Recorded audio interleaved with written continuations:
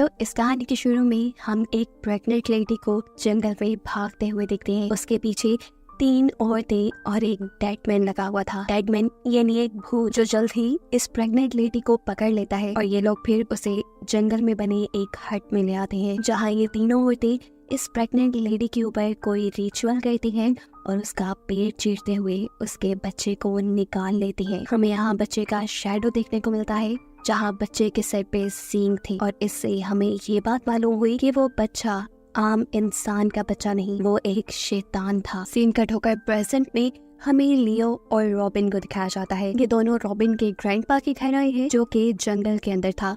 यहाँ के लियो को मालूम होता है कि रॉबिन के ग्रैंडपा एक बहुत बड़े शिकारी थे। उन्होंने बहुत से जानवरों के कटे हुए सर भी प्रिजर्व करके अपने घर पे लगाए हुए थे, जिसे देखकर लियो बहुत इम्प्रेस हो जाता है। यहाँ उसे रॉबिन की बचपन की बनाई पेंटिंग भी मिलती है, जिसमें रॉबिन एक शैतान के साथ खड़ी थी। लियो जब उससे इस पेंटिंग के बारे में पूछता है तो रॉबिन थोड़ी डिस्टर्ब होकर वहाँ से बाहर निकल जाती है। बाहर आने पे उसने देखा कि उनके वॉशरूम में एक जानवर मरा हुआ था। उसकी हालत इतनी खराब थी कि उसे देखते ही रॉबिन को उल्टी आ गई।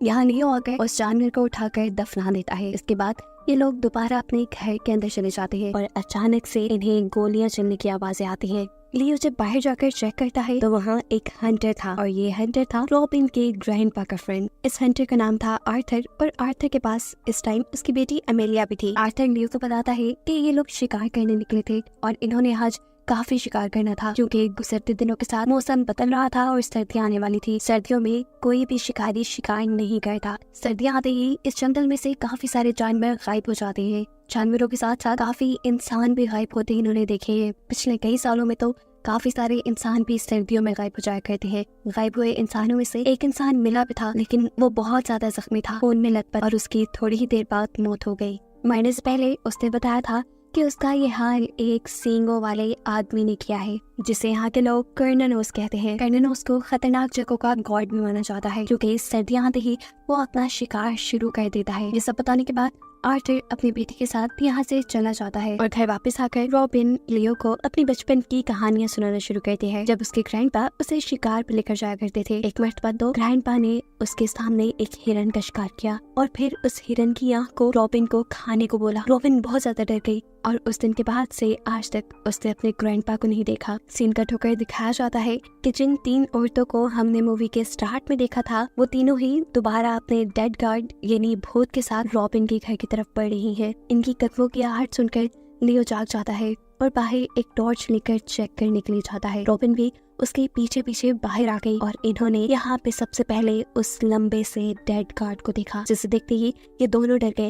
लेकिन लियो ने यहाँ हिम्मत उठाई और अपनी शॉटगन उठाते हुए उसके ऊपर हमला कर दिया। इस हमले का तो डेड गार्ड पे खास असर नहीं होता, लेकिन डेड गार्ड एक ही हमले से लियो को यहाँ बेहोश कर देता है, जिसके बाद जबरदस्ती ये तीनों औरतें रॉबिन को कोई अजीब सा लिक्विड पिलाती है, जिससे वो भी बेहोश हो जाती है। और जब उसको होश आया तो उसने अपने आप को एक पेड़ के साथ बंधा पाया। उसके सामने उसके हस्बैंड को भी बांधा गया था। यहाँ पर उसके ग्रैंडपा के दोस्त आर्थर और उसकी बेटी अमेलिया के साथ साथ 2 और लड़कियां भी थी, जो सबके साथ दरख्त के साथ बंधी हुई थी और इन्हें जरूर उन तीनों औरतों ने ही बांधा था। कुछ ही देर बाद हम देखते हैं कि वो तीनों औरतें दोबारा इनके पास आती हैं और इस मर्तबा उनके डेड गार्ड के हाथ में एक आदमी था। इनके करीब आते ही उनमें से एक औरत ने फ्रेंच लैंग्वेज में कुछ जादू करना शुरू कर दिया और फिर डेड गार्ड ने उनके सामने ही अपने हाथ में पकड़े हुए आदमी को नीचे गिराकर मार डाला, ऐसे जैसे वो किसी चीज की बलि दे रहे हों। आर्थर को फ्रेंच लैंग्वेज आती थी। वो इन सब को इंग्लिश में ट्रांसलेट करके बताता है कि ये तीनों औरतें इन सब लोगों को सेक्रीफाइस करने वाली हैं, वो भी कर्ननोस के लिए। इन लोगों के पूछने पर कि ये तीनों औरतें कौन है, उनमें से बड़ी औरत बताती है कि हम तीनों बहनें हैं। हम लोग इस फॉरेस्ट की और यहाँ के जानवरों की हिफाजत करते हैं और हम कर्ननोस की पूजा करते हैं। कर्ननोस हमारा गॉड है। उसने ही इंसानों को शिकार करना सिखाया था। कर्ननोस के पहले शिकार से ही यहाँ पे दुनिया में पेड़ लगने लगे थे। ये औरतें बताती हैं कि कर्ननोस अब दोबारा आएगा और यहाँ इन सब लोगों का शिकार करेगा। ये कहते ही वो सब लोगों को यहाँ से आजाद कर देती है और सब लोगों को जंगल में अलग-अलग डायरेक्शन में भागने को कहती है, क्योंकि कर्ननोस अपने भागते हुए शिकार को शिकार किया करता था। इन लोगों के पास भागने के अलावा कोई और रास्ता भी नहीं था। ये लोग इस जंगल से भी नहीं निकल सकते थे, क्योंकि ये जंगल बहुत बड़ा था। जंगल से बाहर सबसे करीबी गांव भी 3 दिन के फासले पे दूर था। ये लोग जब अलग-अलग हो जाते हैं तो आर्थर अपनी बेटी अमेलिया को ढूंढने लग जाता है, जबकि रॉबिन अपने हस्बैंड लियो को ढूंढने में लग गई थी। लेकिन यहाँ होता उल्टा है, आर्थर को लियो मिल जाता है जबकि रॉबिन को अमेलिया मिल जाती है। लियो आर्थर से यहाँ से बाहर जाने की बात करता है, लेकिन आर्थर बताता है ऐसा मुमकिन नहीं, क्योंकि यहाँ से बाहर निकलने में हमें 3 दिन लग जाएंगे और उससे पहले ही हमें भागता देखकर वो कॉर्नेलियस मार डालेगा। और ये सब तब तक नहीं रुकेगा जब तक कॉर्नेलियस अपने आखिरी शिकार को नहीं मार देता। सीन कट होकर हमें 2 लड़कियों को दिखाया जाता है जिनको उन्हीं की तरह कॉर्नेलियस का शिकार बनाने के लिए यहाँ लाया गया था। वो दोनों यहाँ से भागने की कोशिशों में थी, लेकिन गलती से उनमें से एक लड़की का पाँव एक ट्रैप के ऊपर लग जाता है। ये एक ट्रैप था जो कॉर्नेलियस का लगाया हुआ था और उस लड़की के ट्रैप में पाँव रखते ही कॉर्नेलियस को उसका पता चल जाता है और कॉर्नेलियस दूसरी लड़की के सामने ही उसे मारकर उसे उठाकर यहाँ से ले जाता है और दूसरी लड़की डर कर यहाँ से भाग जाती है।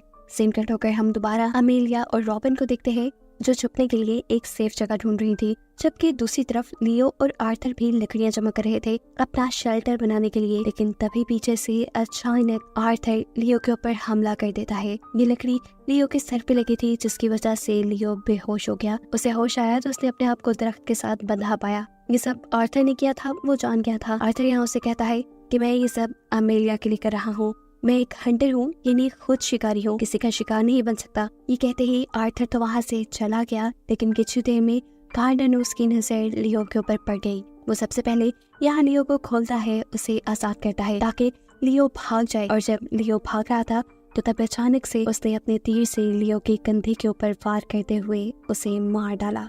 ये कॉर्नेलियस के मारने का स्टाइल था। वो अपने शिकार को इतनी आसानी से नहीं मारता था, ऐसे उसे मजा नहीं आता था। वो अपने शिकार को आजाद करता था, उसे तड़पता हुआ दिखता था और उसके बाद बेबस करके मार देता था। यहाँ दिखाया जाता है कि आर्थर ने अमेलिया और रॉबिन को ढूंढ लिया है। वो इन दोनों को बचाकर सेफ जगह लेकर जाने लगता है और यहाँ रॉबिन उससे लियो के बारे में सवाल करती है और आर्थर जवाब देता है कि लियो मर गया।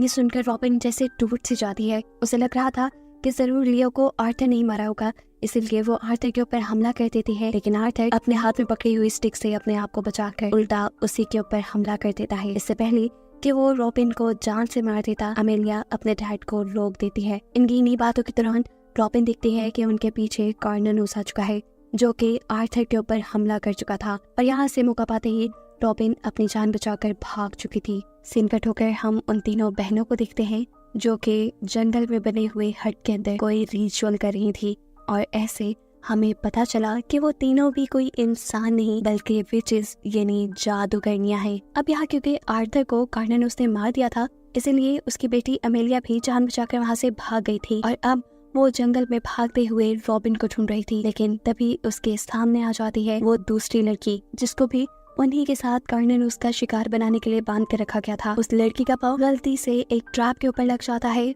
और कॉर्नेलियस उसे भी पकड़ने के लिए यहाँ जाता है।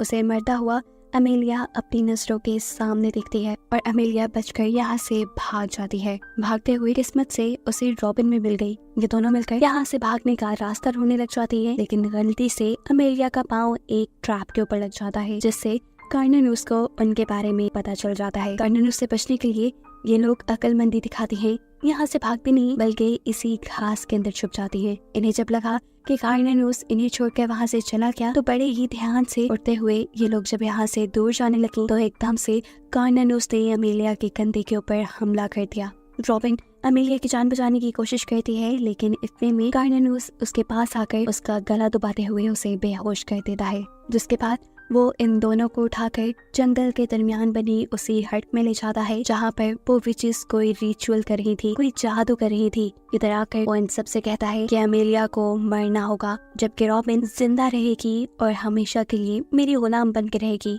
और इस चीज का वादा रॉबिन के ग्रैंडपा उससे करके गए थे। असल में रॉबिन के ग्रैंडपा भी कॉर्नेलियस को अपना गॉड मानते थे, वो उसकी पूजा करते थे और उससे इतने ऑब्सेस्ड थे कि उन्होंने वादा कर लिया कि उनके खानदान में पैदा होने वाली पहली लड़की को वो कॉर्नेलियस के हवाले कर देंगे, उसे कॉर्नेलियस का सर्वेंट बना देंगे। लेकिन रॉबिन की जान बचाने के लिए उसके डैड उसे यहाँ से ले गए, लेकिन आज फाइनली वो दोबारा कॉर्नेलियस के हाथ लगी गई। और अब क्योंकि रॉबिन यहाँ वापस आ चुकी थी तो उसे अब कॉर्नेलियस की 3 प्रोटेक्टर विचेस में से एक बनना था। ये कहते ही कार्नानूस यहाँ अपनी एक पुरानी खड़ी हुई विच को जान से मार देता है और ये देखकर यहाँ पर जो इन तीनों लेडीज का डेड गार्ड था वो कार्नानूस के ऊपर हमला कर देता है। उसके हमला करने के बाद इन दोनों के दरमियान में लड़ाई शुरू हो जाती है।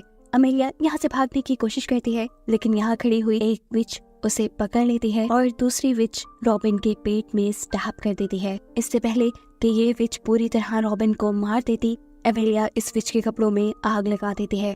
ये देखते हुए दूसरी विच अमेलिया के ऊपर हमला करने ही वाली थी कि तभी अमेलिया यहाँ कार्नानूस का वेपन उठाकर उस विच के पेट में स्टैब करते हुए उसे मार डालती है। हम देखते हैं कि कार्नानूस भी डेड गार्ड से जीत कर यहाँ वापस आ चुका था। वो रॉबिन से कहता है कि अमेलिया को तो मरना होगा। जो बात सुनते ही रॉबिन अमेलिया को यहाँ से भाग जाने को कहती है और कार्नानूस के ही हथियार से अपना गला काट देती है। रॉबिन को मरता हुआ देखकर अब कार्नानूस भी रोने लगा था क्योंकि उसकी तीनों प्रोटेक्टर विचेस मारी गई थी और अब उसके लिए काम करने वाला, उसकी पूजा करने वाला कोई भी नहीं रहा था। वो बस यहाँ खड़ा दूर अमेलिया को भागता हुआ देखता रहता है। जिसके बाद सीन कट होकर हमें दिखाया जाता है कि अमेलिया खून से लथपथ जंगल में पड़ी थी।